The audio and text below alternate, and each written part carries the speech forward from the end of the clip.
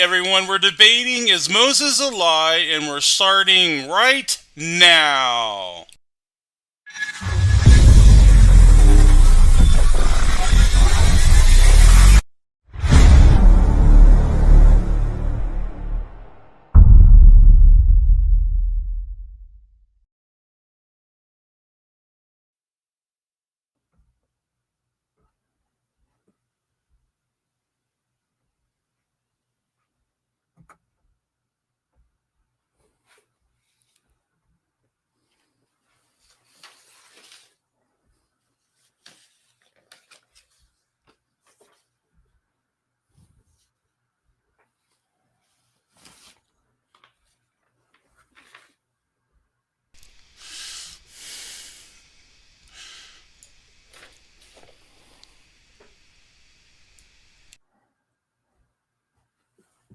Wait, am I on mute? There we go.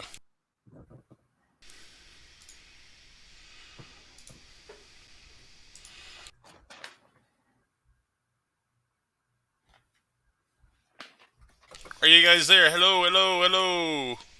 Hello. Oh, there we go. So, yeah. So, um, we'll start with introductions of what you're trying to accomplish on your channel, what you're up to, and then we'll start with Jim and CJ. And if that's after that, we'll get with the format of the debate.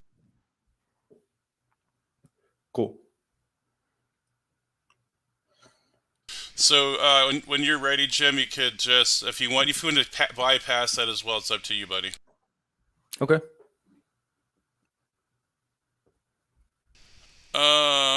So CJ, do you want to give your introduction or? Yeah, sure. So, obviously, yeah. I'm sorry. I didn't know you meant that. Sorry, go ahead, CJ. No, we're totally good. Just gonna say, yeah, obviously, I'm CJ Cox. I have the channel here, TheCynicogue, here on YouTube, where I discuss Christian apologetics as well as global politics. Although I'll probably be splitting those two things into two separate channels and just have the Synagogue strictly for apologetics here soon. But nonetheless, that's sort of my whole shtick, is trying to defend the Bible from a fundamentalist literalist perspective, kind of trying to own that term, and you'd make it not as much of a bad word as it is anymore. And yeah, that's my whole thing. I'm happy to be here, happy for the hosting and all that, and go ahead and get the show on the road. Yeah, awesome. Obviously. Yep, we're looking forward to it. Jim, do you want to plug in your channel, what you're doing real quick, or you just want to head on to the format? My YouTube channel is youtube.com/Jim Majors. Check it out. Awesome, thank you guys. So just to let you know, tonight's format, we have 10-minute openings. We'll have the affirmative side go first and the anti-affirmative go next. Then we'll have about a 1 hour open moderate discussion. If need be, then we'll have a 30-minute Q&A session. To let everyone in the audience know, we are a neutral platform that hosts debates on science, politics, and religion. If you like reminders of our other controversial debates we have coming up, hit that subscribe button.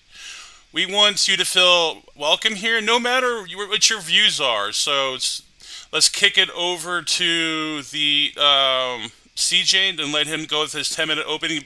Briefly, we'll give him a little leeway, or also Jim as well. So whenever you're ready, the floor is yours, CJ. Alrighty, I appreciate that. Just one moment. So, just want to say first off, of course, and I'm starting now, by the way, shalom and blessings to you all in the name of our Lord and Savior Jesus Christ, to whom I give all the glory. I'd like to, of course, thank James for allowing us to actually use his platform for this conversation, especially on such short notice, as well as praise for hosting Jim for opposing me here today, and of course the audience for being here. Obviously, this is a pretty cool thing here, and of course, to all who love good discussion and dialogue, please do subscribe to this channel, because this is something that is, of course, very frequent, and that's my own personal endorsement for this channel, at least if it counts for anything, right? I think this is a pretty awesome channel, so would recommend that. The thesis before us today is obviously a pretty interesting one. It's a vital one to the faith, I think, of any Christian or Jew. It's obviously a vital one to the question of Israelite history and how well we know it and whether or not the Bible can be trusted. And interestingly enough, even though it's one of the older mythicism questions, having its origin all the way back in the late 17th, early 18th centuries, it's actually not one that is as commonly debated as, say, whether or not Jesus or Muhammad or even King Arthur existed. The position which I, of course, seek to defend in bringing this up again is that Moses did, in fact, exist, and that he did at least relatively the same things as what he did in the Bible. I believe the Bible literally, but I just want to point out, for the sake of argument, I am willing to grant that it's possible that, for example, numbers can be exaggerated, for the 600,000 or something like that. I would say basically that does not indicate Moses' non-existence any more than the fact that none of us believe that 1 million Persians showed up at Thermopylae indicates that Leonidas or Xerxes didn't exist or that the Battle of Thermopylae didn't happen. So even though I do believe those numbers and also believe the writing of the Pentateuch was done by Moses, I'm not actually here to defend those per se, because I don't think that those things actually indicate, if they're not true, a lack of Moses's existence. So I'd like to go ahead and jump right into the points that I have today. The first piece of evidence that I would like to put forward is actually the Bible itself. The fact that the Bible says Moses existed is, of course, evidence that he did exist. Now, I want to be clear, this is not one of those the Bible said it, therefore kind of arguments that you might hear from like a preacher or something along those lines. Rather, my point is to say that the Bible is an incredibly old collection of texts. Many of those texts at least present themselves as the history of the Israelite people. And all of these texts seem to indicate whenever something like Moses is, or whenever the era of Moses is brought up, that there was indeed a Moses there, that he led an Exodus, that the Exodus came out of Egypt, so on and so forth, right? And in the self-same way that the Sumerian kings list, or, looking at a inscription of Amenhotep or something like that, the same way that those would count as evidence for such and such a person's existence, even if we don't necessarily believe everything in them. Likewise, I would say that the Bible certainly does indicate very strongly, of course, that Moses did indeed exist as a historical figure. It's worthy to point out at this point in time that the Bible story as a source for Moses, or the Bible as rather a source for Moses, without the word story there, does actually meet all of the various criterion of authenticity by which scholars use to deduce which things in history and legend are true and which things are not true. For example, he meets the criterion of multiple attestation, in the fact that not only is he mentioned all throughout the Torah, which, although in my view that would be one source, in the majority of scholars' views that's certainly multiple sources, but he is also mentioned in the book of Samuel, in the book of Kings, in the book of Isaiah. He's alluded to in the book of Amos and in the book of Hosea, so on and so forth. We see multiple witnesses, multiple textual witnesses to a tradition that indicates that the Israelites at least believed that Moses was a historical figure. He also meets the criterion of embarrassment, being showed on some instances to even be kind of cowardly, to be rebellious and to not want to actually follow God's commands, outright telling God no, having a speech impediment, striking a rock, and therefore not being allowed in the promised land, so on and so forth. We see it meets the criterion of coherence, namely it has the self-same story every time that it's told. There might be minor differences, and those differences are certainly things that people can discuss, but it's never going to be something along the lines of, like, for example, Hercules, where in Greek legend, you don't even really know what era Hercules is supposed to live in, let alone what he did.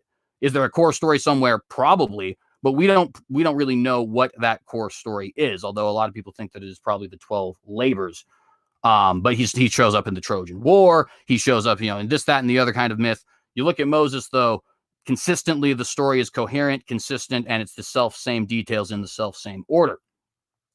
All of these things are indications that Moses, of course, does exist. It's also important to note that as far back as you can push Israelite history, Moses and the Exodus are there.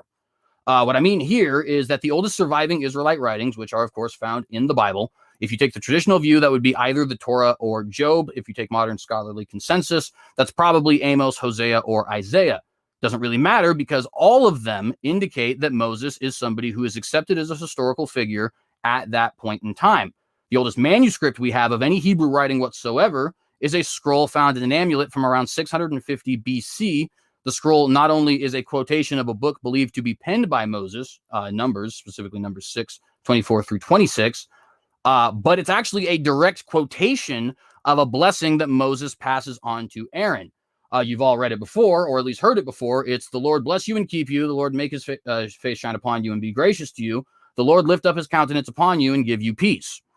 If like I said, a lot of modern scholars suggest that Amos, Isaiah, and Hosea are probably the oldest surviving biblical texts. Amos and Hosea explicitly allude to being pulled out of Egypt, and Isaiah outright uses the name Moses on top of the fact that it alludes to the Israelites coming out of Egypt. So as far back as you can push Israelite history, there appears to be a acceptance of Moses and of Moses's existence. More so than that, though, you actually have even better examples of what, at least in my opinion, of evidence that Moses did exist. For example, even if you assume that Moses did not write the Torah in its totality as we see it today, you still have certain things within the Torah that are claiming to be written by Moses and that indeed are claiming probably to be pre-existing the Torah in its final form. For example, Exodus 15, the Song of the Sea, is a song that is believed to be penned by Moses. So where did that come from if the person who is explicitly credited to doesn't exist? You could say the same thing for Psalm 90, and there's a couple other good examples as well. The law itself, the common, documentary hypothesis today, usually it suggests that there is a Yahweh source, an Elohist source, a priestly source, and a Deuteronomist source, right? And that these four sources are what make up what we now know today as the Torah. Now, ignoring the fact that we don't have any evidence whatsoever that any of these four sources actually exist, no manuscripts, no schools of thought, nothing like that. At least two of those sources sound suspiciously like the story of Moses, namely lawgivers, which you would expect from a Deuteronomist source, and those who worship the God Yehovah. That's the second instance that actually would be something that I think would, or the third rather, because we're on the law now, that would be something that I think would indicate proof of Moses's existence is worship of Yehovah. Where did this God come from? This God is not anywhere in any culture outside of the Bible and the Israelite tradition. It is the claim of the Israelite people that the person who actually set up Yehovah worship in Israel is Moses. If Moses doesn't exist, then where did this God come from? Why did he come from? Who set up this worship? Why did people accept it? So on and so forth. You could ask questions such as, where do the priests get their legitimacy from? Where does this tabernacle information from? The tabernacle one's a fairly interesting one because if Moses did not exist, and indeed the time period which he's believed to have existed in did not happen, then all of the painstaking detail about how you set up the tabernacle and how you build it and how it is to be set up in camp and so on and so forth was set up for no reason at all other than to be there. Entire sections of Leviticus, Numbers, Deuteronomy made pure fiction, mind you, made simply to exist, having no purpose whatsoever and recording no actual historical facts. That is absurd in my view. You have things like the origin of Passover itself. Passover is a very interesting thing because first off, it is not only the origin of the holiday itself is grounded in Moses and his existence, but also the celebration, the tradition of celebrating it is also founded in Moses. To give you an example, the origin of Christmas can mean two different things depending on what exactly you're asking, right? It can mean, why do we celebrate Christmas, which is the birth of Jesus? Whether or not that's accurate, of course, not the point, but that's why you celebrate it, right? It can also mean, who started celebrating Christmas? And those are two different questions, and in the case of Christmas, they are indeed two different events. In the case of Passover, though, the reason you celebrate comes from Moses, and the person who instituted it is also Moses. And this is made doubly problematic by the fact that Passover is not really a celebratory holiday. It's actually quite somber. One could accurately describe it as a holiday that kind of sucks. You have to eat bitter food. You have to eat it in haste. You have to, of course, remember a atrocious situation that happened in the past. The term Passover comes from the death angel passing over the homes of the Israelites while it took the lives of firstborn children, right? It's a very brutal story, a very somber story. It's not a story necessarily of celebration, but of memorial and remembrance. And yet, here we have this holiday, which, by the way, goes as far back as in Israelite history as we can possibly push, being celebrated and accepted by a mass of people. Why and where did it come from, and who instituted the celebration of it? And there's numerous other things that you can go into as well that seemingly indicate that Moses existed. For example, even though we don't have direct archaeological evidence of Moses himself, by which I mean we don't have the name Moses, the event, the Exodus, or the wandering found in our current archaeological record, we do know for a definitive fact that there was large groups of Canaanite and Levantine Western Semitic peoples who were found in the Goshen area in Egypt. We also know that these people attained high positions of power, like we expect from Joseph, that they were there with the Pharaoh's blessing, and that eventually they became impoverished and enslaved. And we also know that these people disappeared seemingly out of nowhere. We also have record of a conquest, an intensely brutal conquest, which seemingly has a religious vendetta, which happens in the land of Israel roughly 50 to 100 years, depending on the archaeology and what it says. I would obviously argue it's probably closer to 50 because it's the Bible story, but nonetheless, after these events are seemingly taking place, and destructions in cities that we actually do expect, cities like Lachish, cities like Hatzor, cities like Jericho. And I would simply ask the audience, if you have point number 1 and you have point number 3, is it not logical to assume that point number 2 does in fact exist? I'm sure we're going to see challenges to whether or not we have those archaeological evidences, but they are certainly there, and I certainly hope to get to those challenges today. There's other things that you can point out as well. There's rather Egyptian-sounding names in Exodus, including but not limited to Moses' own name. For example, Thutmose, Ramesses, Achmose, Dudimos, right? Seems like that Moses might actually have an 20 origin. seconds. Okay. It seems like Moses might actually have the name, right? Might actually have an origin, at least in some way, in Egyptian language, or at least that it might be related to an Egyptian word. You have also Phineas is another example of that. Phineas, another Levite who seemingly has an Egyptian, at least sounding name. And there's other things that we could go into as well, but I'm sure we're going to have plenty of time to do that in the back and forth. I'm going to go ahead and concede the rest of my time since it looks like we're about out. And thank you guys for allowing me to, of course, be here. Awesome, CJ. Thanks for your opening. It was about 12 minutes-ish. And then, Jim, you have the exact same amount of time if you need. And Okay. the floor is yours when you're ready.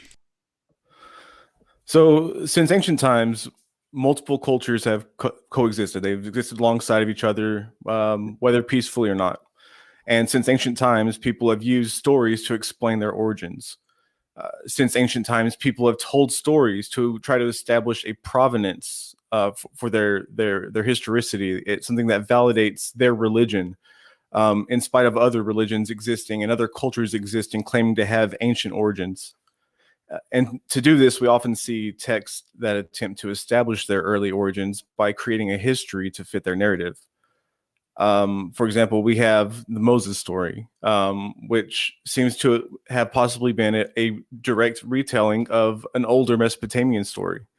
For example, the story of Sargon of Akkad, and an old Akkadian story. We have extremely old tablets, cuneiform tablets, and which talk about how he's put into a basket made of reeds, is placed in the Euphrates, and is later rescued and brought out of the water.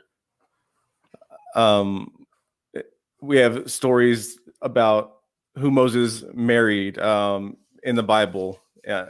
In Numbers chapter 12, it's a Cushite woman, and we don't know much about her according to the Bible, but we can read people like Josephus, who writes in The Antiquity of the Jews, and talks about this woman that he married. And it's not Zipporah. It's not this daughter of a Midianite priest that we read about in the Bible, but instead it's this other woman who is the son of a king of Ethiopia.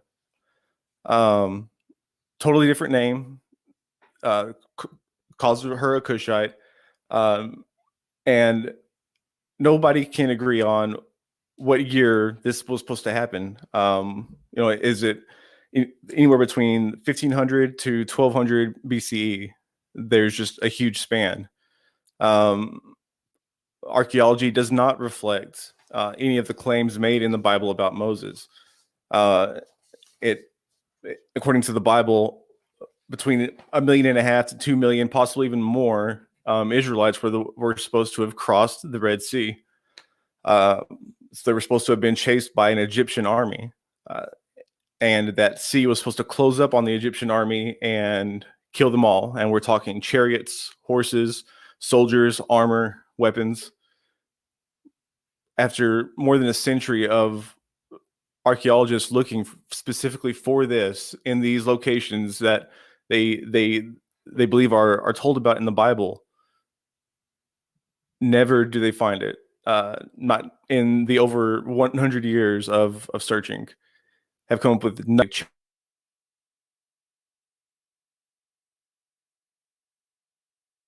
chariot wheel, not a spearhead. Um, in fact, the people who do hold to Moses' authenticity, they cannot only not decide what era Moses lived in, but they can't decide on which Moses it was. Is it the Moses who led a an army of enslaved lepers to defeat Pharaoh? Is it just just a tribe of Levites who came from Egypt? It was it. I mean, there are so many different theories that literally you cannot put two people in a room together who believe it in and get them to agree on it, unless, of course, they both get their information from patterns of evidence. Uh, I mean, the Bible cannot be used as a source of evidence. There are many modern day Jewish rabbis who agree. There are many modern day Christians who agree. They don't agree that there was a historical Abraham or a historical Adam or a historical Moses, even historical Noah. They explain these away as something that they know that they can look at these stories and they can see the purposes behind these. We see these literary tropes that are written about all over the place.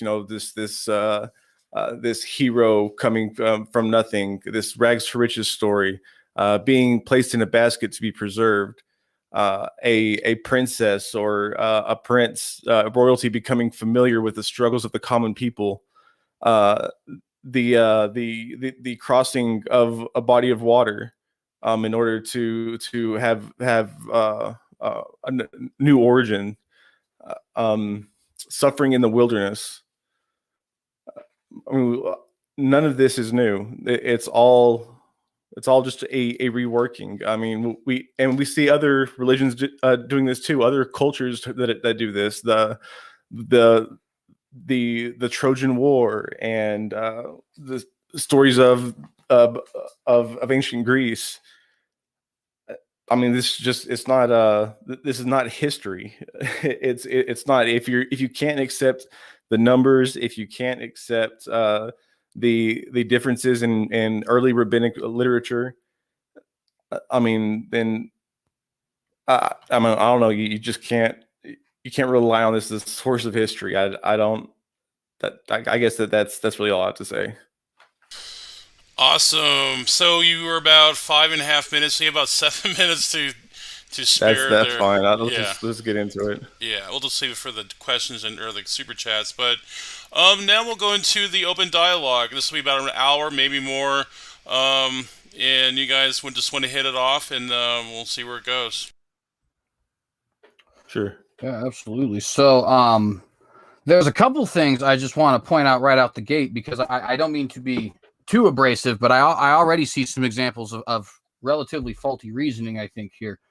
So first off, you say, if the numbers can't be trusted, how do we know that the source can be trusted? But I assume that you don't believe 1 million Persians showed up at Thermopylae. Is that correct? No.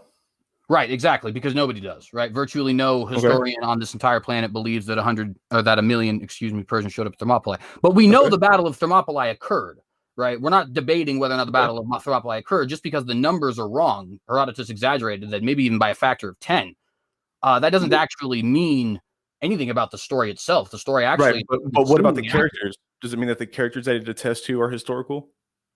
Like Leonidas and Xerxes, yeah, we actually do believe them to be historical today. I don't know if we have extra sources for Leonidas, but I know we do confirm him as somebody who is historical. We certainly believe that. Even though we recognize that the story of 1 million is exaggerated. Now, I even personally believe the 600,000 being a literalist, but even if I'm wrong about that, that doesn't mean Moses didn't exist. It simply means that it was exaggerated over time, and we know that that happened frequently throughout history.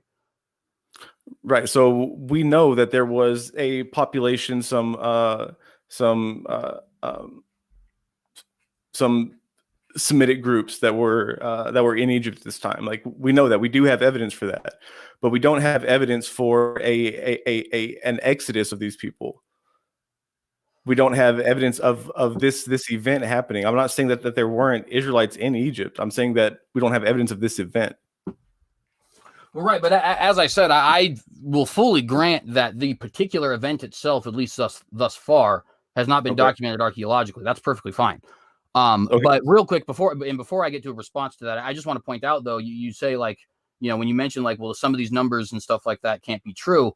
I would just like to point out that's fine from a historical perspective. You even would agree, right? Because we all agree the Sumerian kings didn't live 9,000 years, and there wasn't 1 million Persians at Thermopylae, and so on, right? So the numbers are kind of irrelevant, right? Okay, let's talk about what is relevant, though. What else do we know about Moses? Do you believe that he was really placed in a basket and rescued by Pharaoh's daughter?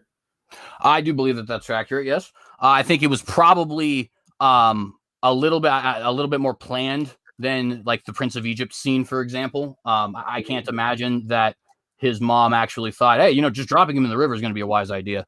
So did the same thing happen to Sargon of Akkad? It might have, honestly, but to be fair, a lot of similarities happen to a lot of people's different stories. For example, Rag the Origin story itself. Do you know what the Hebrew word that they use for the basket is? I know it's a basket of reeds. Yeah, right. So the word they use is teva. Teva is used one other time in the Bible, and it's used to refer to Noah's Ark.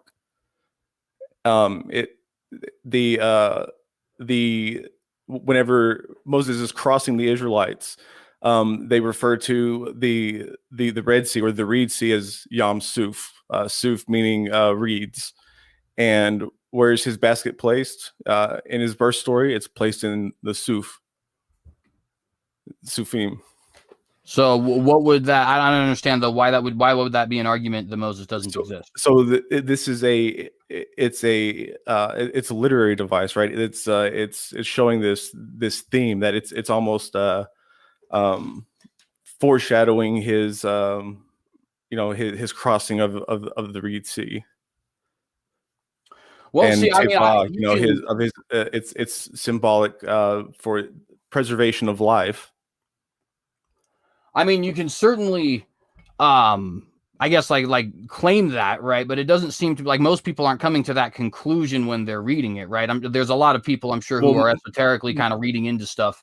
Most people read it in English. When we're reading the narrative, right, we're all obviously just taking this at its face value for the most part. That this right, is it's because you're reading it in English.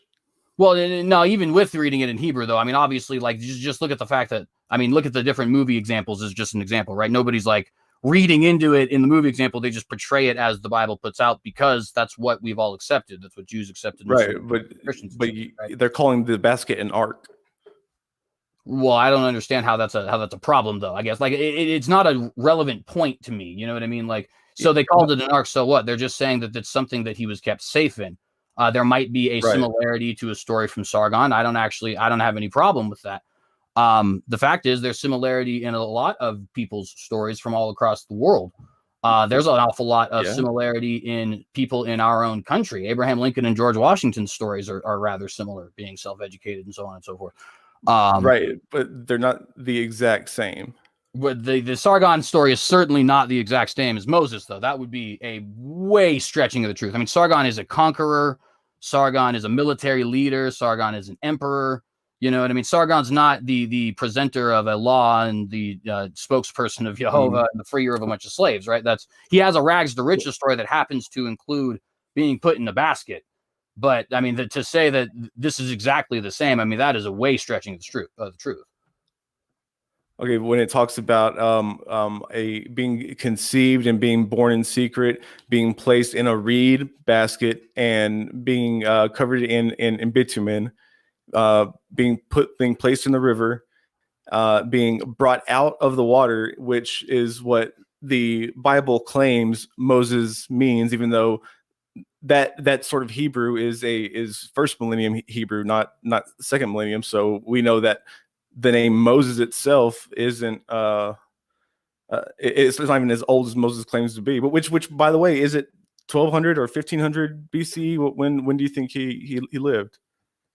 I mean, the Bible's pretty clear about this. It's about 1450 BC. The people who do take the Bible as seriously have always come to that conclusion. For the most part, it's Hollywood and secular Right. historians who have claimed sometime around the Are time. you aware that even the people who even the Christians, like the people who seriously claim that Moses existed and try to put forward an argument, they have completely abandoned the 15th century argument completely? That's not accurate at all. I literally watched them daily, actually. In fact, as a matter of fact, you can go to the Institute for Biblical Research right here on YouTube right now, and you will find them defending a 1450 date. You can, of course, go to Patterns of Evidence. You already referenced that. They defend a 1450 date. They're like Patterns of Evidence has a chronology that nobody agrees with. That's fine. I'm not bothered by that, frankly. Like the fact that people might disagree with something at some point in time doesn't really mean anything. Actually argue against it, and then we'll start talking. You know what I mean? But just saying, well, I don't agree with that, and scholars don't agree with that. Like, so scholars didn't agree that germs cause disease at one point in time. It does. Scholars do put forward arguments. I'm not an Egyptologist, but I do know that no Egyptologist, no ancient historian that has studied this has come away with the conclusion that there's a different chronology other than this patterns. These two patterns of evidence fellas. Can't remember their name, but they've gotten so much criticism from the scholarly community, from even other fellow believers have they. I mean, well, it's interesting because I read these criticisms quite frequently, and like Bruce Moore, don't the way that you do. And in fact, they point out quite frequently that David Roll is not a fringe theorist. David Roll is not a flat earther. He's a brilliant Egyptologist with mastery of the field. And his objections, though they disagree with them, do need to be taken seriously. That's a universe. That's what Kenneth Kitchen has said. That's what William Dever has said. That's what Israel Finkelstein has said. That's what Bryant Wood has said. You know what I mean? So like, they're certainly not treating it the way that you're treating it. That's the first thing I'd like to point out. The second thing I'd like to point out is even if that wasn't the case, that still would not prove by any stretch that, in fact, some of the people I just mentioned, Kenneth Kitchen and Bryant Wood, accept a 1450 date. The people who I was just talking about at the Institute for Biblical Research, or archaeological something for biblical research. I can't remember exactly what they're called, but nonetheless, they also accept the roughly 1450 date. It's just simply inaccurate to say that people have abandoned the 1450 date. In fact, the exact opposite is true. The 1250 date shows up literally nowhere but Hollywood and atheists trying to talk about the Bible. It's not in Christian circles. And I know because I frequent them constantly. I mean, that's just not true. True. It's like explicitly true. Okay. When did these people supposedly go into Egypt? It would probably be. I don't know if you can get I'm talking specific. to you. Sorry. Say again?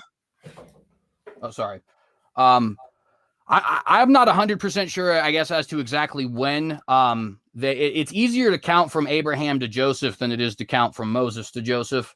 I would assume probably sometime around the 1650s BC. Roughly around the same time as the 12th or 13th dynasties, which seem to be made up of a lot of different Semitic peoples from various different Canaanite and Levantine origins, not actually just explicitly, what we would probably consider to be an Israelite or anything like that, but just generally all of them. And I think that would be consistent with what the Bible says. I know a lot of people say that Joseph probably died like 215 years before Moses. I don't know that the Bible ever explicitly says that, but it's probably okay. starting. Are you aware that the archaeological evidence doesn't match that? Like even the archaeological evidence that they argue doesn't date back to that time. Well, I know that that's the case in the patterns of evidence, right? That they are saying that the archaeology is indicating that these events took place and that you need to actually push it forward to make sense of the timeline. Not that the events took place, but that there was an occupation there. No, actually, the claim is pretty specific that and in fact, it's one of the things that makes David Roll's arguments the most convincing. If you actually look at this time period in the exact same time period and in sequence with each other, you have a Semitic group of people showing up. the Semitic group of people becoming powerful in the land of Goshen with the blessing of native-born Egyptian pharaohs, eventually becoming enslaved and not impoverished. native born Hyksos. No, not Hyksos. This is before the Hyksos. In fact, these people's departure seemingly coincides with the Hyksos showing up. What historical evidence do we have for it being a native born Egyptian? No, there weren't. I'm not saying that there were native-born Egyptians who were there amongst the Canaanites. I'm saying that the native-born Egyptians were still ruling at that time. This is during the 12th and 13th dynasties. And yet In there are. Canaan, yeah. Say that again? In Canaan. No, not in Canaan. They were ruling in Egypt. Why would the native-born Egyptians be ruling in Canaan? I mean, they might have an empire in Canaan. That's not what I mean. But like, why would they be ruling from Canaan? Egypt was in Canaan at that time. I don't understand how that's relevant to my point, though. The point is that in the 12th and 13th dynasty, they're just going back to Egyptian rule, right? No, that's not. You're not dealing with the point, though. These people are exactly where we need them to be, and they are getting power from native-born Egyptians who are ruling at that time with their blessing in Goshen, just like they're supposed to be. And then came the Pharaoh that they didn't know, or that didn't know Jacob. Right, and this is shown in the archaeological record, right? You see them, whoever these people are, these West Semites, right? They come here, they live in Goshen, they have the Pharaoh's blessing, they eventually become impoverished and enslaved, and then all of a sudden they disappear. That's a documented fact in the historical record. It does happen to be that fact happens too early, but that is sure, but it doesn't. There's no documentation that it was the Israelites, that was even one group of people. Just that they were these Semitic people. I mean, so there's no indication that the Igbo people were like that. We had individual Igbo people when we enslaved West Africans. That doesn't mean Igbos weren't enslaved, right? The fact is, the slave driver doesn't really care where these people came from. They're foreigners, and that's as far as that goes. So the fact that we don't have these people saying these are explicitly this, that, and the other thing is irrelevant. What we do have, though, is slave lists that include Hebrew names found explicitly in the Bible. Sure. Prisoners of war, for sure. Okay, but so don't you see, though, now, like, what you're kind of seemingly doing? You've had to retreat, if I may be so blunt, into a pretty small position now, because we've now seen. No. We're talking about the historical Moses. We're talking about Moses himself, not whether or not this event that he supposedly did, happened exactly or at all. But we're talking about this character who's being spoken of. I mean, right, I understand that, but as I said in my opener, if you have point number one, which is all the people showing up here and getting their power and all that, and then you have point number three, that's not point one. It's reasonable to assume point number two exists, because you have to. That's not point one, though, because you are being extremely vague and ambiguous with it in order to make it fit. Now, if you want to talk about the story, then you have to say that he is the grandson of this person who came with 70 or 75 other people, and they populated to over 1.5 million within just a few generations. And then he parted the sea and was chased down by Pharaoh's army, and the army was all killed, and all the rest of it, everything that happened after the Exodus, you have to take all that into account. Right. I'm not taking any of that into account, though. I mean, first off, I have made clear that the population is of no concern to me. Again, if numbers get exaggerated throughout time, that's fine. That happens all of the time. And Thermopylae is a perfect example of that. The Sumerian Kings list is another perfect example of that. Documents which do describe people who are historical events, which are historical, but which have exaggerated numbers. I'm perfectly fine with just conceding that for the point of argument. Like Hercules? Do you believe Hercules existed? Well, hang on, because let me actually make the point here, right? But with that being said, right, the numbers don't indicate the person's non-existence. If we have this point where we have all these Semites, and these Semites are in Egypt, and these Semites are getting power as described, and then they're enslaved as described, and then they disappear as described, and then there's a brutal conquest in Canaan as described, there is a question that I think is obvious. It literally begs the question: who led them from point 1 to point 3? And I think it's obvious we have the record from the Israelites that it was Moses. And I again point out, as far back as you can push Israelite record, they say it was Moses. We may not have records from 1000 BC yet, but when we find them, I'm fully confident they'll say it's Moses. And when we go back, to we 12, don't have any attestation of his name by anything outside of the Bible until gosh, according to your number, it'd be over 1,000 years. Well, so that's not actually 100. I guess outside of the Bible, yes, but I would point out you'd want to be, if as a historian, you'd want to go outside of the Torah, really, because right. But when you call multiple attestations, aren't multiple attestations because one, everybody claims that Moses supposedly wrote the Pentateuch, so you can't claim any of those as another source. And then you have all the other mentions in the Bible who are by people who are not witnesses; they're witnesses of the story. So that can't be used as a multiple attestation. Well, I mean, actually, that first off, that kind of depends. I mean, number one, if you're taking my view of it, which is traditional, there is still at least 2 attestations, namely Moses and then Joshua right after. There is also the fact that this would be a historical tradition that would go all the way down to 1400, and we would see record of it in 1000 with Samuel, and in 700 with Isaiah, and in 800 with Amos, and so on and so forth, right? But if we're taking your opinions on it, this actually gets even worse because Amos and these other older texts are already having, and Isaiah and so on, right, are mentioning Moses as a historically existing figure before the Torah actually exists, according to your view, which means they're not actually quoting the Torah, right?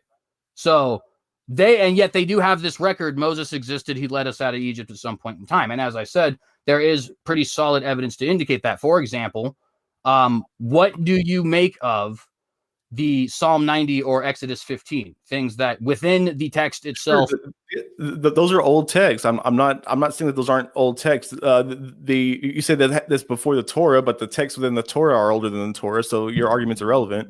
Well, hang on. You literally just actually made my point. If there's text within the Torah older than the Torah, one of those is accepted by scholars to be Exodus 15, right? Exodus 15 is a song from Moses. It's called the Song. No, it's not a song from a song of Moses.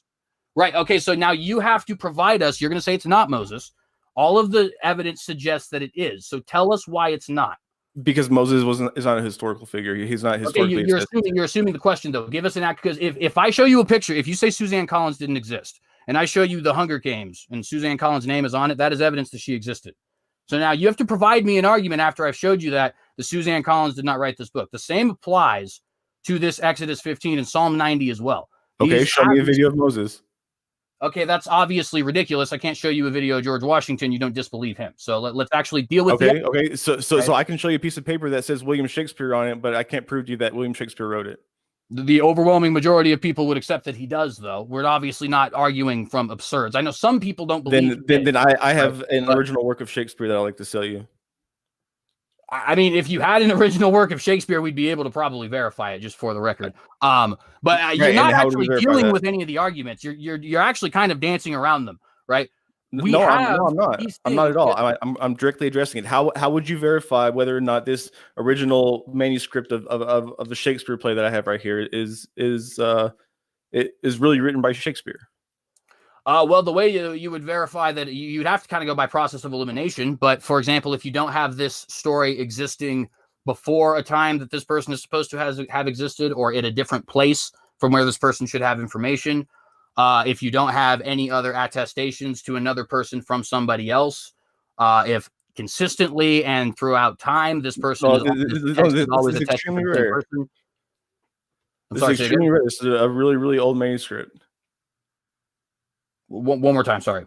This is extremely rare. This is a one of a kind work of Shakespeare. I mean, why does there have to be multiple attestations? No, well, again, you're not actually dealing with the point. So let's take Romeo and Juliet, for example. Okay, so how do we know that Romeo and Juliet was written by William Shakespeare? So first off, it carries his name. It says this is written by William Shakespeare. That's a solid argument, right? Okay, then so you have does to take into account the fact that there's also no other sources claiming that somebody else wrote this, right? So okay, there are no other sources that claim that somebody else wrote this. Okay, that's not dealing with the argument. You're basically saying, so see, I got this, ha ha ha ha ha ha, right? You're not actually making a scholarly argument to what I'm saying, right? There are actually points that indicate that Shakespeare wrote this, right? And likewise, these same points can be used for Exodus 15 and Psalm 90. So yes, what argument do you have to provide that says that Exodus 15, even if Moses did not write Exodus, that Exodus 15 is not a poem that survives from Moses's time as it is claimed? What evidence do you have to suggest that? Because it is combined with a bunch of other texts that claim to be written of Moses, and we know are not. So therefore, Actually, I Exodus don't doesn't believe any claim of to it be is. written by Moses. That's a tradition that rabbis had later on. Do what? Exodus doesn't claim that Moses wrote. I believe Moses wrote it, but you can't actually find that within the book of Exodus. That is a tradition that is adapted later on. The tradition is that Moses wrote the Pentateuch, that he wrote the entire Torah himself. Right, exactly. And my point is though that the Exodus, the story of Exodus itself, for example, because this is where Exodus 15 is, obviously, right, is in Exodus. It doesn't actually claim Moses wrote everything that we're telling you, right? That's not what it said. But Exodus 15 specifically claims to be within the text, claims to be a song of Moses, as does Psalm 90. So what evidence I feel like I'm not actually getting an answer to these questions. We have things that bear his signet, if you will, right? Claimed within the text to say that this person wrote this. The tradition indicates that he wrote it. There's no other claimants to these. We don't have a manuscript that has like an anonymous writing of this, or this was written by some dude named Joseph or something like that, right? So what actual argument do you have that indicates that these texts don't actually derive from Moses? Because these texts do not date back to the time that Moses is said to have lived, for one. For two, we don't have any historical evidence that Moses existed. This this itself is a piece of evidence. So, and because of that, no, it's not, because it does not date back to the time. Just like you would. So let's deal with that. Then. Hang on. Just like you would invalidate my copy here of a Shakespeare original is the same way that you would dismiss the claim that this is written by Moses. Okay, so let's address that claim then. So, what argument do you actually have that suggests that this was not written at the time? Because it doesn't date back to the 1500s. How do you know, though? What's the argument for that? You're just making a claim. For one, the Hebrew in it does not date back to that point in time. That's actually not true. That's one of the better arguments for this being old, is that the Hebrew is found as far back as the 13th century, and we don't have Hebrew farther back than that. So that's just flat out not accurate. So no. I mean, you have within the Song of Moses, it refers to the Assyrians, right? Which puts it in the 7th century. No, wrong. You're on the wrong thing. I'm talking about the Song of the Sea from Exodus 15. Oh, the song of the sea. I thought we were talking about the Song of Moses. But the Song of the Sea is referred to as the Song of Moses in the Book of Revelation and elsewhere. So there's actually multiple songs, but I have referred to it so far. No. The Song of Moses is the one that Moses sings right before he dies. The Song of the Sea is one that Miriam and the women sing whenever they're marching through after crossing the Red Sea. That's not accurate. I have it right in front of me. Then Moses and the Israelites sang the song to the Lord, and then it goes on and continues. And right, and where are they? They're at the crossing. The Song of Moses is in Deuteronomy 31. That is a different song, right? What I'm talking about is the Song of the Sea in Exodus 15. Okay, right, this is Exodus 15:1. I'm quoting you, Exodus 15:1. Then Moses and the Israelites, sang this song to the Lord, right? So you need to be more specific about what you're talking about, and it's not. I've said the Song of the Sea like 4 or 5 times. I don't mean to be rude, but I have been very clear. And I've been you have not. Now Exodus 15, right? So like I'm not trying to be rude here, but like I have been very clear about this being Exodus 15 and the Song of the Sea, and Psalm 90. The Song of Moses, which is a totally different thing. Okay, again, you're not actually dealing with the point. I have been very clear that this is Exodus 15. So can we just please get to the point instead of acting like children? I don't understand what the point of this is. I've been very clear. We're talking about Exodus 15, the Song of the Sea. Okay, yes. Some people date back to about the 13th century. That's about as far back as it goes. Okay, so we don't have Hebrew farther back than that, so there's no way we could date it farther than that, right? However, 13th century means that we can get this as far back as we actually have the Hebrew language existing, right? So you can't say that it doesn't fit from a linguistic perspective, because that isn't true. This is as archaic as Hebrew gets. So what other argument do we have that this wasn't actually written by Moses? Sure. So we don't have any more archaic Hebrew. We do have Proto-Hebrew. We do have Proto-Canaanite texts. We do have older scripts that we know were the prior development to this more archaic style. I mean, we do you have can, from like 1800 BC, but not from 1400 BC. We have Proto-Sinaitic that is way far back, but we don't have it from like the time of Right. Moses. Right. Most people, whenever they date this text in Exodus, like I said, most date them later than the 10th century. There are very few who date that it's older than that, but of the ones who do, they only date it back to about the 13th century. Right, but again, as I pointed out, that's because you can't actually we don't have a reference of Are you 15th saying century that we Hebrew that's can't as far date it back as to we the can go. 15th century? Say that again. So you're saying that it's impossible to date something to the 15th century? No, I'm saying that from a linguistic perspective, you couldn't confirm that this was 15th century Hebrew because you don't have 15th century Hebrew to compare it to, right? So what they're saying is it can go as far back as the Hebrew which we confirm exists, right? So which is an important point to make here because it's basically saying this is as old as any Hebrew we know of. So what you're saying is that for hundreds of years that Hebrew didn't change, and then all of a sudden it started changing every couple hundred years. Well, to be fair, I think Hebrew doesn't really change as much as you're indicating. In fact, I'm taking Hebrew now. It actually and does. I can It actually understand. has changed quite a bit Hang on. since. It changed sort of, right? Again, I am actually taking Hebrew at this moment. I'm not 100%. Okay, Like, I'm not an expert. Don't get me wrong. I'm not. But I can read right now, right, as a Hebrew learner.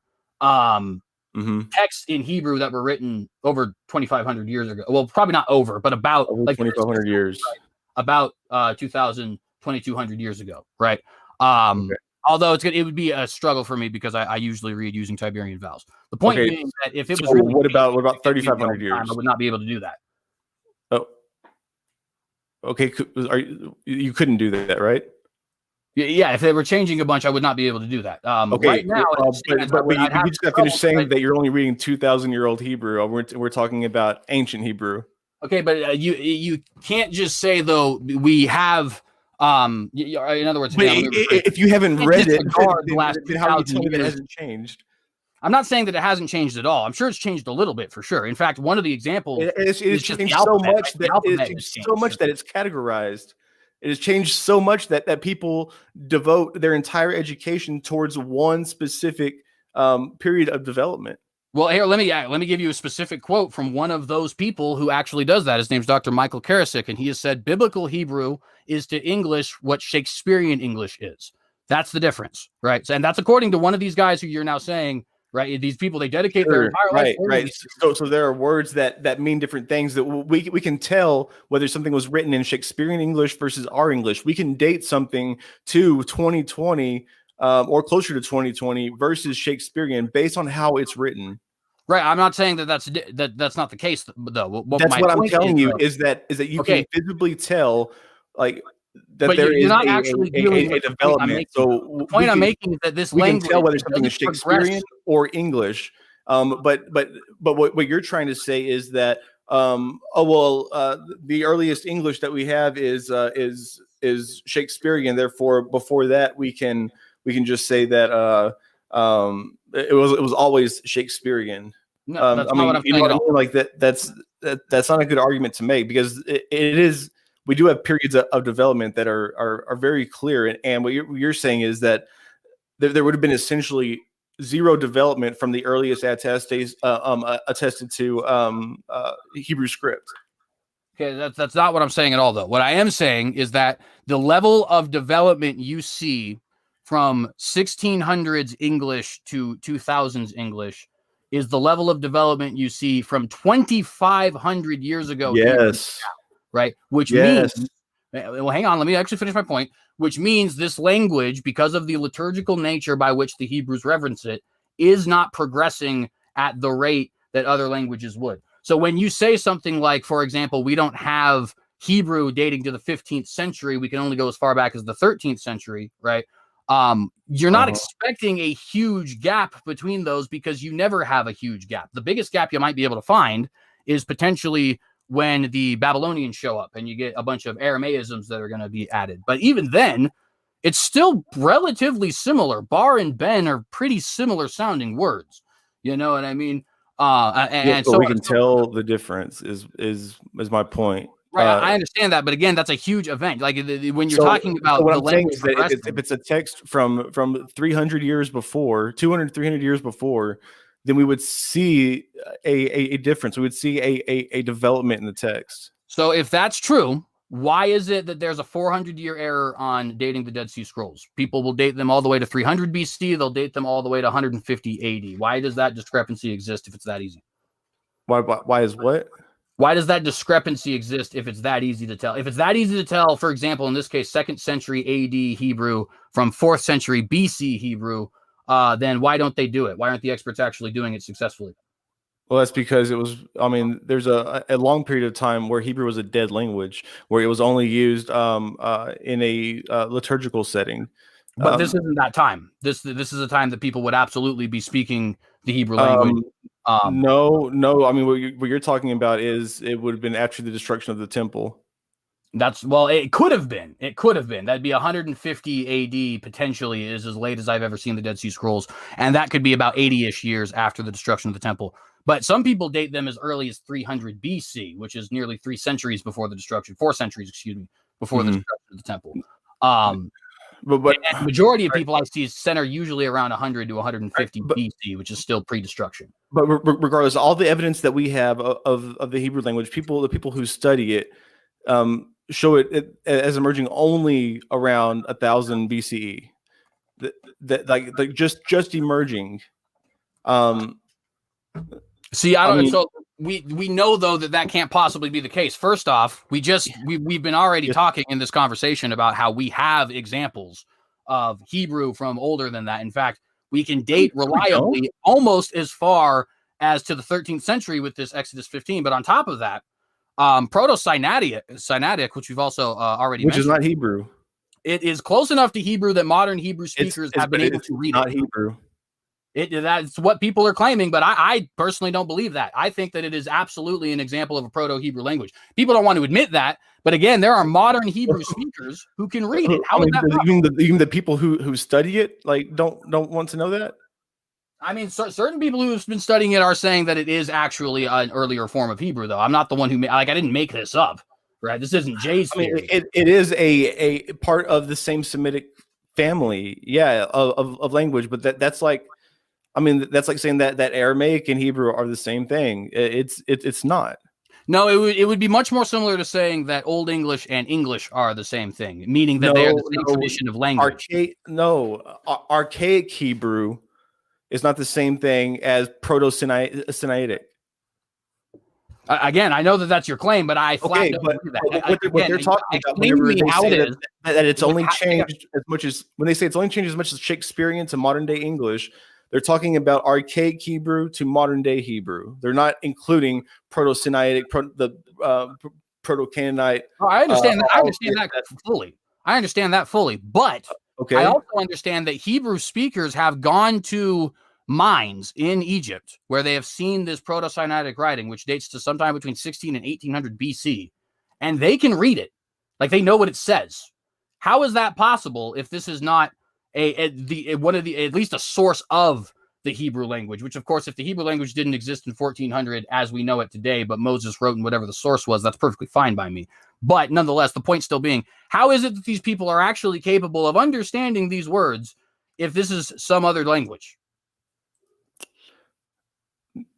I can't tell you if they studied or not. I mean, you would have to show me who these people are, and I have to know how they did it. I can't tell you how. I don't even know if the claim is true. You're just making a claim. I mean, that's fair enough, but I mean, at best, that just means I won't hold it against you because you don't have the information handy. That's fine, but at best, that does mean you have no answer for it, right? We do have to admit that. It is known for sure because I don't know that it happened. That's fine. Like I said, I'm not going to hold it against you, but it's still it's not a contradiction. At least it's a non-answer, right? And that's pretty consistently what we've had here. And I want to kind of center back to the point, which is Exodus 15, right? We have what I'm saying is I don't know how they would be able to do it because it's not even the same script as Hebrew. So I don't. Neither is Paleo Hebrew. A lot of people can read because it is a completely different language. So I can't tell you how they were able to do it. Well, I think that you're definitely over exaggerating when you say a different. So like it is a different script, right? But It is. you have to realize that, like, so for example, the Aramaic script, the Hebrew script, and the not Proto-Sinaitic, sorry, the Proto-Hebrew script, right, Paleo-Hebrew script. You do realize that it's the same letters, right? Meaning that it's the same actual sounds and in the self same order. You just literally all you have to do is remember the symbol itself, but it's still Aleph, Bet, Gimel, Dalet, so on and so forth. Okay, that doesn't mean that somebody can look at it and read it and tell you what it is. We don't have anything that's this Song of Moses that you as you call it, with Proto-Sinaitic script. We only have it in Hebrew. I mean, that's of no concern to me. I'm not even sure that they would be speaking Proto-Sinaitic script in the 1400s because, again, Well, what we have is 400 years past that. According to you, it's the same thing. Well, again, I was actually about to say, but it is very clear, in my opinion, that they are absolutely in the same linguistic tradition. And then once you get the symbols down, okay, something that really takes only a day. I mean, it's a very simple process to actually get symbols down if there's not very many of them. I know this because I've done it, right? Again, I'm taking a Hebrew class. Okay, right. So if we have, so if this script goes up to sometime around just a little bit after 1000 BCE, about 1100 BCE, it was about the latest that this Proto-Sinaitic language was used, and the earliest that we have biblical Hebrew being used is around 1000 BCE. Kind of stands to reason that maybe one's a development of the other, so we should have an earlier attestation of this Song of Moses, right? I'm not saying that it's impossible for us to find one. Absolutely. I mean, we don't have the archaeological finding of it at this moment, but I'm sure it exists. Frankly, okay, so if it can't be dated back to the time of Moses, then how can you say that Moses wrote it?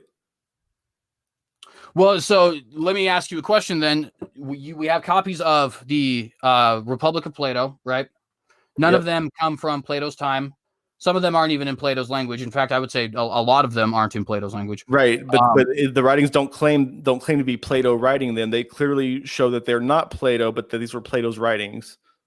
Well, so I mean, I don't. I guess let me back up a little bit. We do obviously. I don't think that Plato's Republic claims that he writes it. He writes it from the perspective of Socrates, right? So that is a accurate statement. But the point being, right, that we have this tradition that goes back that says that this was applied to Plato, and we have no other sources that have applied this text.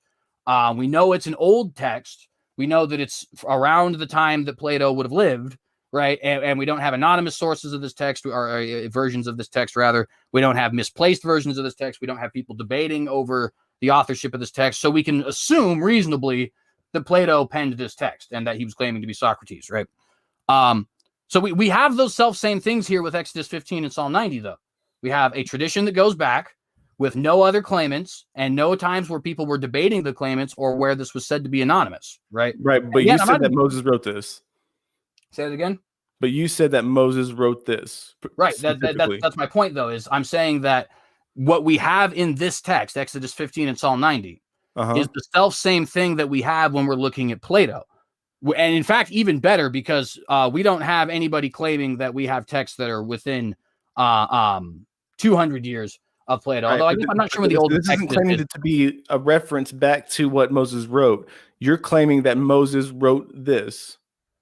No, this isn't claiming actually to be a reference back. This is claiming specifically to quote Moses. And Psalm 90 is even worse. Psalm 90 actually would claims as far as to be penned by Moses. So Moses didn't write this. It would be a quotation from him or a direct writing, but he would be the source is the point. The source for this obviously not a direct writing. Hey guys, I want to interrupt really quick. I just want to give you a 10 minutes count, like a 10-minute for you guys to conclude your discussion. Then we're going to go into super chat. So go ahead. Okay. Yeah, absolutely. So in the case of Exodus 15, I would claim certainly that Exodus 15 is written by Moses. But if you read Exodus 15, technically it's saying, then sang Moses and the children of Israel this song. So the writer, in theory, could be somebody else quoting Moses, but the origin of the song would be direct quotation of Moses. And in Psalm 90, so it's not Moses writing it. Potentially, again, right? Potentially. But you have to deal with the argument that is the text itself, because you agree that there are texts within the Torah which are older than the Torah, which, by the way, even traditionalists. Yes, of course, but none that date back to the time of Moses. Well, again, we've already seen this can be dated back reliably, at least to potentially as far back. Some people say earlier, don't get me wrong, but potentially as far back as 1300 BC. And I would argue that you could probably at most. But most people, we don't have it occurring later than the 10th century. I understand that there's scholars who claim that, but what evidence have they provided us? Show us some evidence that there's actually, because so far what we've heard as far as evidence that this was not penned by Moses, or that it does not have its source in Moses, was that, well, the Hebrew is not old enough. And I think we've laid out pretty clearly that not only can the Hebrew absolutely be, can you make an argument that the Hebrew is old enough, but on top of that, we have a language and a script that exists before biblical Hebrew that is absolutely a source for Hebrew, and very easily could have been the one that Moses was deciding to use. People translate stuff all the time. That's perfectly fine. We do know that we don't have any evidence of any of this being used. Say that again. We don't have evidence of any Proto-Canaanite or Proto-Sinaitic language being used for these biblical texts. I mean, we don't have direct evidence for that. I'll grant you that. But again, people who speak modern day Hebrew can read it. So I think that's pretty solid indication that it's the No, they can't. The alphabet is completely different. Yes, they literally can, though. And again, that's irrelevant. Maybe they study it. Can I tell you how long it takes to learn symbols? And again, I know this from personal experience. The amount of time it takes you to actually learn symbols in another language is about 1 hour. I'm not kidding. I've done it personally. I know other people who have done it personally. It's really not that difficult. As soon as you know this symbol makes a bus sound, and this symbol makes a tuss sound, and this symbol makes a huss sound, it's really easy to put those together. And maybe you have to go back to your notes once or twice, but literally it's 1 hour. In fact, the class itself is 30 minutes, and then you move on. You know what I mean? So like this, it's a different script thing. It's irrelevant. If it has the same scriptural tradition, not scriptural as in scripture, but scriptural as in the script itself, then that is something that can be learned very, very easily and in a very small amount of time. Right. So like if you know like Greek, then you might know like Hebrew, right? It's definitely, you can move from the Greek alphabet to the Hebrew really easily. Yeah, it's the self-same sounds almost entirely, with some very minor exceptions, and almost in the self-same order. But obviously, it's not quite as similar as like Hebrew to Proto-Sinaitic or even Hebrew to Paleo-Hebrew or something like that. But it would be easier to go from the Greek alphabet to the Hebrew alphabet than, say, from the English alphabet to the Hebrew alphabet, where, for example, they don't have a j sound, so that's just an entirely missing. Okay. My last question: who was Moses' wife? He probably had two. Honestly, I think the text would probably indicate. Now, some people have indicated that Zipporah might be the Cushite. I don't think that's accurate, because Zipporah pretty clearly is listed as a Midianite, it seems to me, and I don't think Midianites and Cushites are related. So he probably had two wives. He probably had a Cushite wife as well as Zipporah, his Midianite wife. But he married his other wife first whenever he led Egypt against the Ethiopians. I don't actually know if there's a moment where he did. I know Josephus claims that. And it's possible for sure. You know, Josephus could be right. I'm not saying he's wrong. I mean, he's writing the Antiquity of the Jews. No, I know. I'm just saying that, you know, I don't know necessarily what Josephus is. Josephus seems to rely, for example, like on Manetho. And Manetho almost seems to be writing polemics against Moses. So I don't know if that's necessarily the greatest of sources. Although it could be, who knows? I'm just saying that what Josephus says, I take with a little bit of a grain of salt. He could have been a military leader in Egypt. I don't necessarily know, but it's possible. Like I won't deny it. It's nothing that's, I guess, important to me. You know what I mean? Okay. And I guess we could probably be good to jump into some of the Q&A praise if you're ready. There's other stuff I wanted to talk about, but obviously. We've been going for quite a while, so, and I appreciate you doing this, by the way, Jim. Yeah, absolutely, man. You guys have a few minutes to spare. If you guys want to do a concluding remark, do you guys want to give a conclusion or something like that? I would just simply say that I think that the evidence indicates more so that Moses exists than not. I understand some people's concerns, for example, population and things like that. I think that those concerns can be dismissed much the same way that they're dismissed in other examples. Like, for example, I brought up the Persian invasion of Greece. We dismissed the numbers, but we agreed that the invasion happened and that the characters in the story truly existed and truly did what they did. I do think that this topic might be better fleshed out if talked about more consistently. So I hope to see atheists and Christians being more willing to have this conversation, and also potentially more formally. I know that in-person formal college-style debates have kind of died ever since COVID happened, but I'd like to hopefully see that return, and also see this topic return to that, because I think it's a good topic to talk about, and it's equally as important, in my opinion, as the question of whether or not Jesus existed, but it doesn't get nearly the time. Great point, and thank you for your concluding remark there, CJ. Jim, do you want to give a conclusion or concluding remark? Yeah, sure. I mean, I'll just point out again, that these ancient people have always used stories to try to explain their and improve their priority over these other competing ideals. This isn't something new that we see a recreation of other older stories used to tie to. We see that with the epic of Bible use of the epic of Gilgamesh, with their use of this Akkadian king. I mean, we can just see them trying to establish their early origins by recreating these histories to fit their narrative. So, was there a group of Semites in Egypt? Yes, we do have evidence of that. Do we have evidence of a crossing of the Red Sea? No. Do we have evidence of an entire Pharaoh's army being depleted? No. Do we have evidence of this figure named Moses performing these plagues? No. What about the firstborn of all non-Israelites being killed? Do we have evidence of that? No. We have zero attestations of anything that Moses is claimed to have done, and yet we're expected to still believe that Moses existed. I think that there's plenty of evidence out there. I mean, if you believe that Moses existed, I challenge you to go out there and try to falsify your belief. However, you come up with your beliefs. So whatever sources you normally research, use those same sources and try to falsify your beliefs. Whether you use Christian sources, Jewish sources, scholarly sources, archaeological sources. Well, however you research it, you will come to the conclusion that at minimum, if he existed, it's unable to pinpoint where in history he did exist, and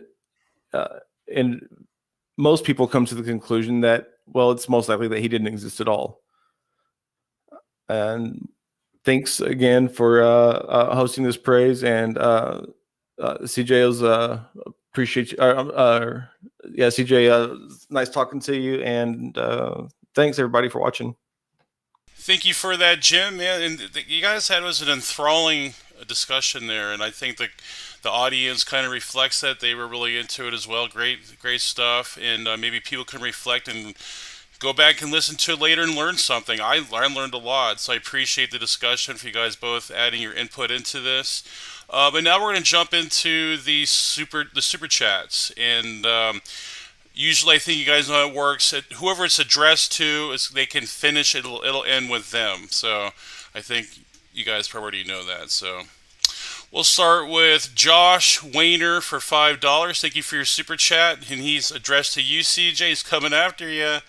CJ, using your logic, Yule is a Norse celebration from before Christianity. That must mean your god Thor is real? Question mark. Well, I don't know what the traditions necessarily of Yule are, so I couldn't comment too specifically. But what I would say is this. The practice of a holiday going back to memorialize a certain event in history um, is obviously common throughout cultures, and it is typically memorializing an actual event. If Yule is in fact claiming to memorialize an event in time past, even if highly mythologized, I do think it is possible, at least, that the event did occur. Now, I don't know enough about Yule to know anything about that. Maybe it's like a creation myth story or something like that. But the point being that, like for example, when the Japanese celebrate the birth of their nation as a united nation, when all the tribes and shoguns and stuff like that united some thousands of years ago, that event probably occurred, even if it might be mythologized, right? And so that's kind of how I would answer that question. Great, thank you. If you want to have a response to that too, Jim, you can. No, that's all right. I'm sure Okay. there's a lot of questions. So this is from Good Day to You, Sir, for $5, and he says, coming at you, CJ again. The story of Moses being set adrift in a basket is remarkably similar to the Babylonian myth about King Sargon, also found in a basket in a river. Acadian, yeah.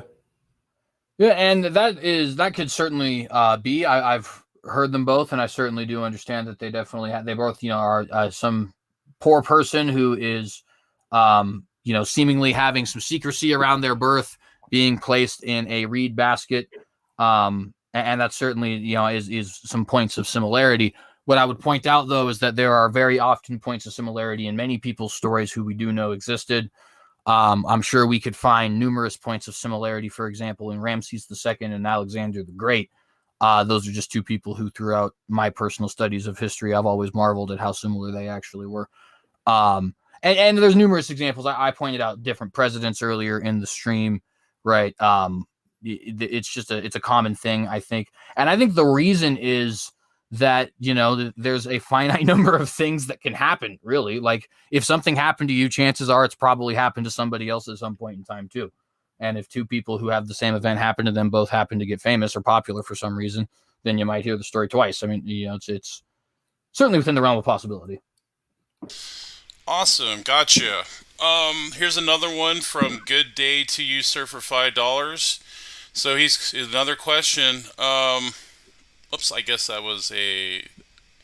Well, I guess no, it's a different one. Okay, so Moses led 2 million Hebrews out of Egypt, and they lived for 40 years in Sinai. Yet a century of archaeology has turned up no evidence. So great question, actually. So a couple things that need to be pointed out. The first thing is, as I said, I'm not super committed to the numbers. I believe the Bible because I believe the Bible, but I also don't think that has any sort of bearing on the stories happening or on Moses' existence necessarily. And again, I mentioned the Sumerian Kings list and other like examples. But I want to point out really quick, because it's important, the Sinai Peninsula is not where Moses was. This is something that virtually everybody knew up until the 2nd century, when some Byzantine monks decided that they thought they had found Moses's Mount Sinai.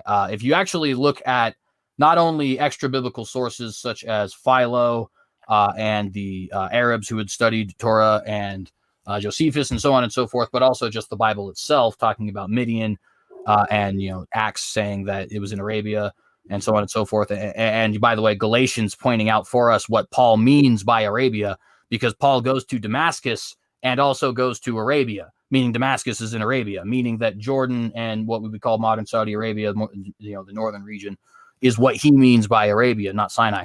The point being that in either northern Saudi Arabia or southern Jordan is what the Bible would mean by Sinai, not the Sinai Peninsula. And by the way, the easiest way to prove this is just simply by pointing out the fact, not only that it says it explicitly, right, when Paul says he was in Arabia, but Moses was with Midianites. Just go to Wikipedia. Where do the Midianites live, right? Obviously, if you don't trust Wikipedia and want to get something deeper, you can go deeper. But the point is, it doesn't take that hard to it's not that hard to actually figure it out, right? All you got to do is look it up online. Tons of different sources, tons of different websites. The Midianites lived in what we would now consider to be Saudi Arabia.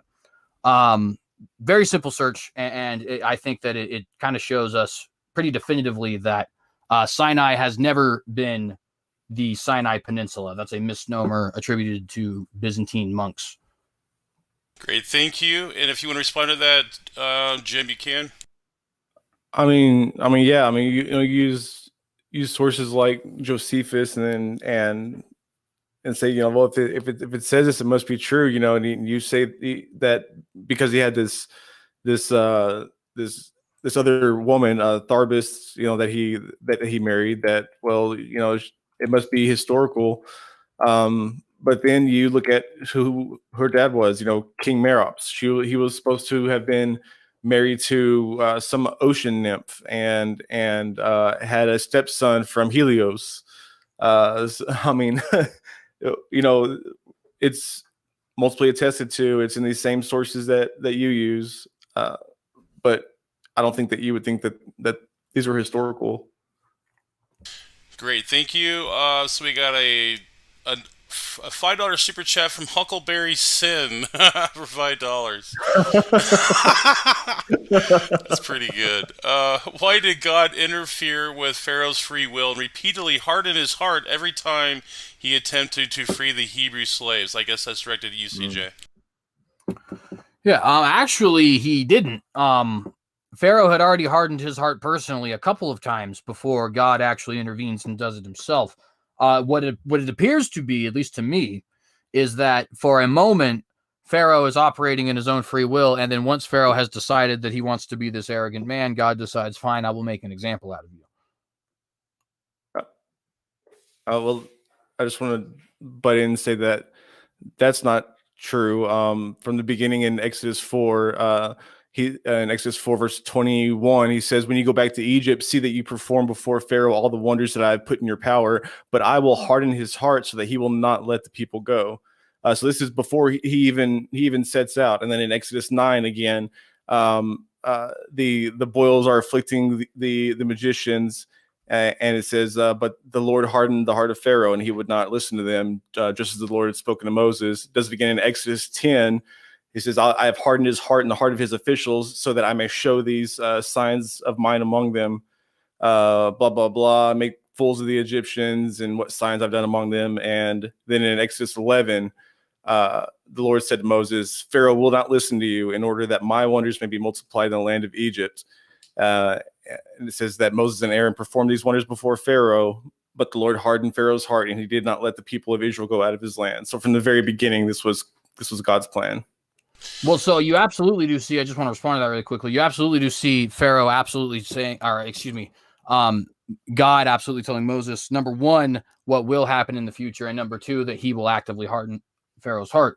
And you see the fruition of that in the passages that you just read. But of course, Exodus 8 comes before Exodus 9. And if we go to Exodus 8 and go down to, I believe it's going to be verse number 13, but I can actually read it because I have it pulled up here. And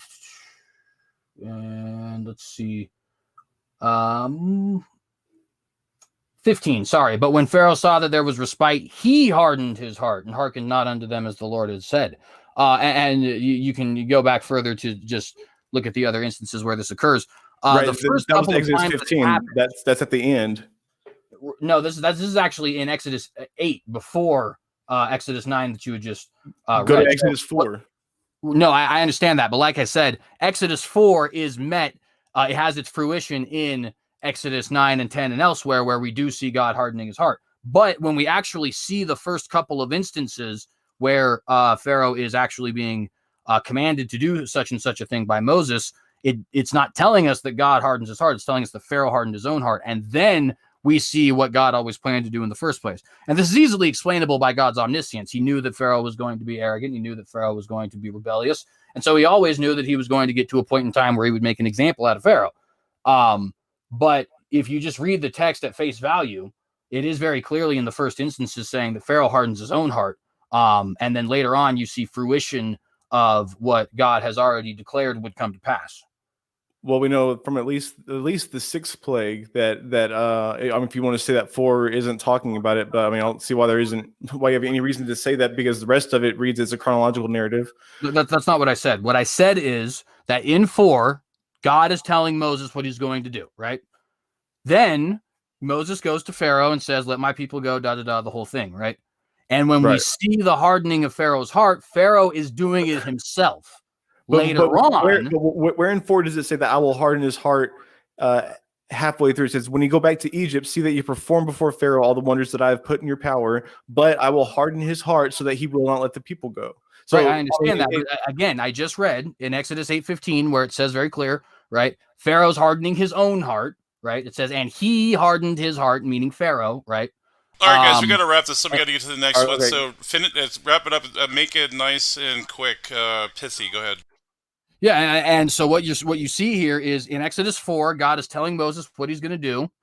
In the first plagues that are showing up, we see the Bible saying, and Pharaoh hardens his heart, and Pharaoh hardens his heart, and Pharaoh's hardening his own heart. And then eventually we see God actually making good on the promise that he told Moses, which is that he personally would be hardening Pharaoh's heart. But he allows Pharaoh to do it himself before he actually puts any judgments on him. Very good. Thank you. And we got a $2 sticker from Jesus is a Myth and God Does Not Exist. We got Steven Steen for $1.99. Prove it. I guess that could be rhetorical in some fashion. What's up, Steven?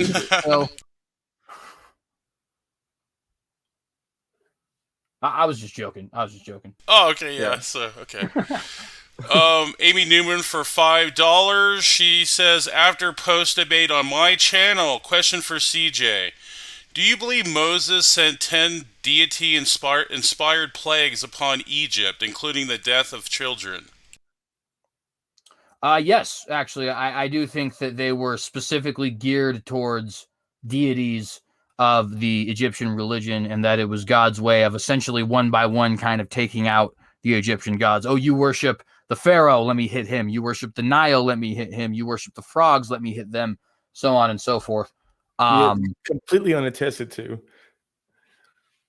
Well, again, I know that there would be the claim of that. I know we don't have specific evidence of the event that is the Exodus outside of the Bible, but we do have things that are interesting that certainly sound a lot like it. Like, for example, the Akmose stele.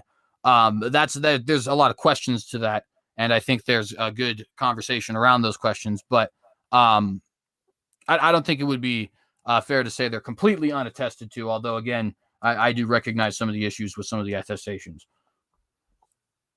Thank you, and I just want to say there's a after show on my channel as well. Wink, wink. We'll go to the next question. Cold loyalty for $10. According to various Egyptianologists, including Donald Redford of Penn State, and Canaanite origin story of the Exodus was birthed by Pharaoh Amos, expelling the Hyksos from Egypt via war. Any thoughts? Yeah, that's one theory people like to throw around. Yeah, and I don't, I don't believe it personally, but I guess that's not the worst theory I've ever heard. To be fair, like I don't have vendettas against it. I feel like there's a lot better arguments for that one, for like a 12th century date than 15th century, or 13th century. Sorry. Well, and I actually appreciate that, because that gives me a little insight as to what you think about the topic, even more so than we've already had. So that's cool. But at any rate, though, me personally, I guess I think the Hyksos don't really sound like Hebrews. The Hebrews don't appear to be conquerors to me. Well, that's who. Shoot, what's his name? Manetho. What Manetho was talking about. It talks about Osiris, the priest, that after he defeats Pharaoh, then the Pharaoh and the Hyksos get exiled, and he changes his name to Moses. I can't remember the exact circumstances under which he got exiled, but Manetho says that he changed his name to Moses. Well, and at least through that particular tradition, it does at least sound like the Hyksos become more Hebrew-like. But it does appear, at least, like I said, at least to me, that they don't, in the archaeological record, they appear to be more warmongery. And they also appear to be, one of the bigger ones is they appear to be chased out. The Hebrews, if the story is accurate, are of course a slave group who escapes. the Hyksos are a conquering group who everybody wants to get the hell out. You know what I mean? And so I don't know. It's not impossible for sure. I'm skeptical of it, but I'm also skeptical of the Hebrew Shasu connection and of the Hebrew Apiru connection. So I'm kind of skeptical all over the board. Right. So I mean that period all those that you talked about, those cover, 300 plus year period. So I mean that's a big scale there. Awesome, Yeah, and there's a lot of guys. discussion we had about it. We'll get for to sure. the next one. So Cystic Too Strong for $5. Thank you for your super chat. For both, do you believe Moses wrote all of or partially part of the Torah? Why or why not? Thank you. C, none of them. Well, and so I believe that he did write the Torah, although I do believe that there is probably a edit that happened at some point in time, which is why, for example, P. Ramses is seemingly mentioned in Exodus rather than its ancient name, which would be Avaris, and things like that. But I do think the original nucleus was probably penned by Moses. But even if not, I would say at least that it appears to me that certain portions of it, specifically the law and the Exodus 15 portion and stuff like that, those certainly would come from Moses. But again, I think he wrote all of it and that it was probably edited at some point in time to, I guess, modernize the same way we translate versions of the Bible. Awesome. It's either that or the acronisms are just because it's authored at a later date altogether. Well, and I would point out real quickly, although that is, of course, a different debate than did Moses exist, I don't think that it would be necessarily a big deal if Moses did not write the Torah. So I grant that your explanation of that is certainly not absurd for sure. I don't believe it personally, but I think that, of course, that'd be a deeper thing we could probably get into at another point in time. Very good. We got White Girl with Instagram black screen for $5. Coming at you, CJ. What's the best piece of non-biblical evidence that you can argue for the historicity of Moses and the Exodus? Non-biblical. Well, let me say two things. The first one, I'll be very brief, but I do think it is not wise to completely discount the Bible as evidence. It does operate as a history book. We take tons of historical records seriously, even though they mention gods and deities and things that we don't believe. The ancients pretty much always collected their stories in ways that we don't always 100% buy. In fact, go look at Herodotus, and anybody who reads Herodotus will quickly note that once every couple of pages, there's something that you do not actually think happened that Herodotus is saying definitely did. Like dragons, for example. But besides that, I would say Passover itself is not an explicitly biblical argument because the tradition obviously exists outside of the Bible. And so I think Passover is a really solid argument. Where did this holiday come from? Where is its origin? Why do people celebrate such a somber day? Real quick, do you know what the oldest attested celebration of Passover is?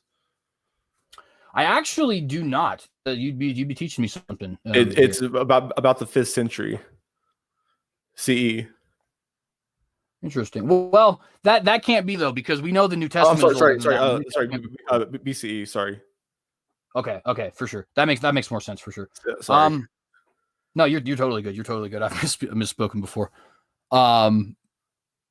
That's actually, that is pretty interesting. I'll have to look more into that. I had not actually heard that. You would think that might be something that I decided to pick up, but I guess I did not actually know about that in particular.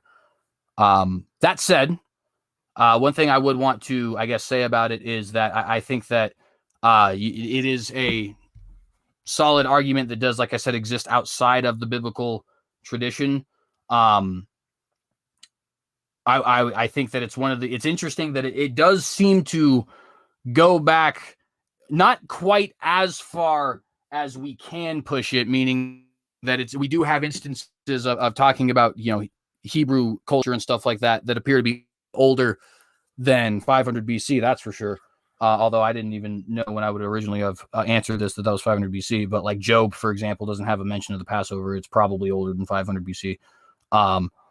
But it is interesting. It's a very old tradition that seemingly is, like I said, it's somber. It has its origin and its memorial both in Moses himself. But outside of that, let me be pithy. I'm going kind of on a tangent here. I would also say that some of the archaeological evidence that has been provided by men like Bryant Wood and David Roll and so on, I think it does make a lot of sense. There's certainly questions, archaeological questions, chronological questions. Um, but there does appear to be a solid pattern of Semites powerful, Semites enslaved, Semites disappear, Semites conquer this area. All of a sudden, Israel exists. And that obviously fits with the biblical narrative. Very good. So now we're done with the super chats. We're going to give a few general questions, and then we'll probably shut her down. So S.J. Tomlinson. So what's Jim's alternative theory? Why are multiple ancient authors claiming Moses existed and Jim claims he didn't? The same reason that they claim that Adam and Eve existed. It serves a purpose. It gives them an origin that that validates their religion and not somebody else's. Very good. You want to respond to that really quickly? Make it pithy, CJ. We'll get to the next question when we wrap her up here. Yeah, I would say that I don't think that that is an unreasonable answer by any stretch. But that I do believe, and of course I've listed some of the reasons in this debate, that it does appear that there are so many different things that end up being attributed to Moses and pretty solidly that it appears you'd almost have to make him up if he didn't exist, which is a quote that I did not come up with, by the way. That's a quote originally, I believe, from William Dever. But nonetheless, but that's kind of what I would respond to. But not to say though that there's anything absurd about what Jim answered there. I think it's not a terrible answer by any stretch. All right, they're coming at you, Jim, big time here. You better be ready. So this is from Lord Bryant. Tell Jim I said hi and loving the debate. Yeah, well, I set you up for that one. Debate me, bro.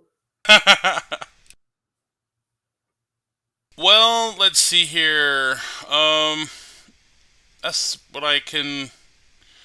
I guess that concludes it. If anyone else has a question, please put it in the chat before we go, or else we're going to probably shut her down. Real quick, I do want to say, because Jim had asked it earlier, and I do think it's an interesting question. He asked me about Heracles and whether or not I thought Heracles existed. So these are actually two different things, which I happen to believe, because obviously I'm a Christian, so I believe in biblical inerrancy. But I do have a belief when it comes to the history of myth that even if mythologized to the point of where we can't actually find the answer, I do think it's more likely that a lot of these figures existed than that they didn't. I don't think I could ever find the historical Heracles. I think that's been so mythologized now. If he existed, it's not possible.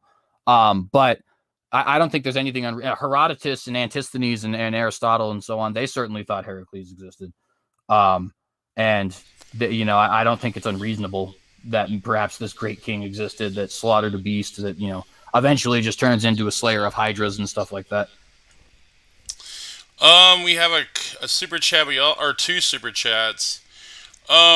So let's see this one. It says, I feel this debate needs to be talked about more than why Jesus is historical. Why do you think this is not discussed as much?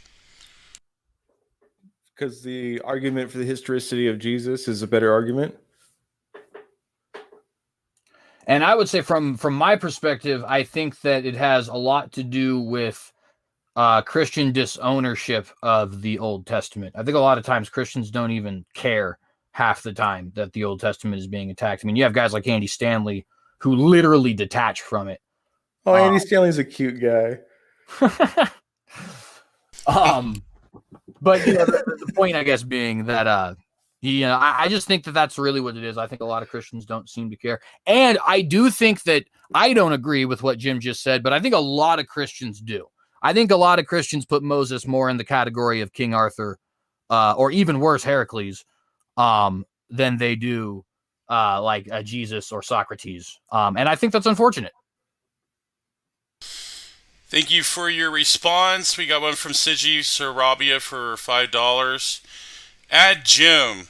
If Abraham Lincoln came back as a zombie to hunt vampires, how would you explain he is a historical figure in comparison to Moses?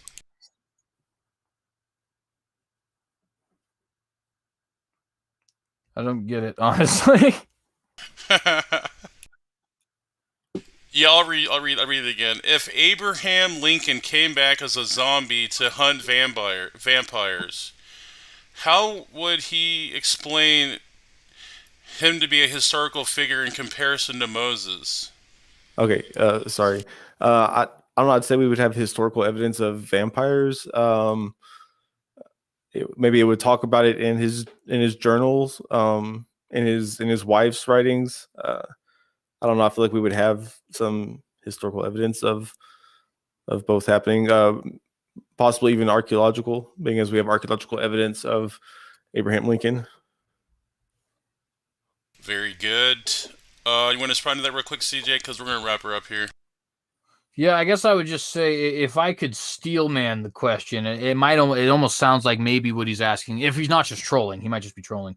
But it maybe what he's asking is, do we have like Abraham Lincoln versus Vampire Hunter? Like if that was what you found, how would you prove that Abraham Lincoln was a real person? If that was the only evidence you found, I guess you probably couldn't, honestly. Maybe you could. Maybe you could. We found the statue in Washington D.C. that seemingly indicates he existed and all that. But I don't know. Maybe if that was your only evidence, maybe you couldn't actually verify that he was a historical character. If that's what the questioner means, that would be an interesting question. If that's not what he means, and this is just a troll that I read too much into, well then, I guess that happened. I just want to say, all my friends in the South, be careful with all the tornadoes and everything that's going on. So, just wanted to say that was thinking about you guys. I've got some family in Alabama and Florida and South Carolina and North Carolina. Yeah, yeah. Watch out for those storms. This is the tornado. Yeah. Um, this is from That's Jamie bad stuff. Russell. Yeah, man. We got to get acquainted with your news and make sure you're ahead of the game there when storms coming up here. So Jamie Russell for $5. If Moses doesn't exist, who split the rock at Horeb? From Jamie Russell. What's up? Yeah, I don't know.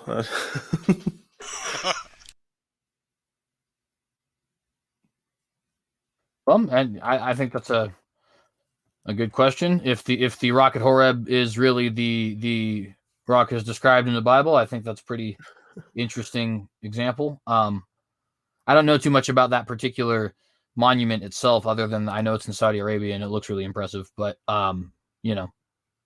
good question, I guess. I think that concludes tonight's debate. I think if there's any lingering questions, can you? I think that's about it. I think we're near the conclusion mark here. So I appreciate our interlocutors having given their time to give a debate tonight. It was very cordial, very respectful, and that's what I hope they can be. Hopefully that'll be like all our debates here. So we thank them for giving their time, but also the chat for their super chats. And make sure you smash that like button and subscribe because we got some great debates coming up here. So with that, we're gonna say keep sifting the un. I have to think about that one again. Keep sifting the. I totally forgot.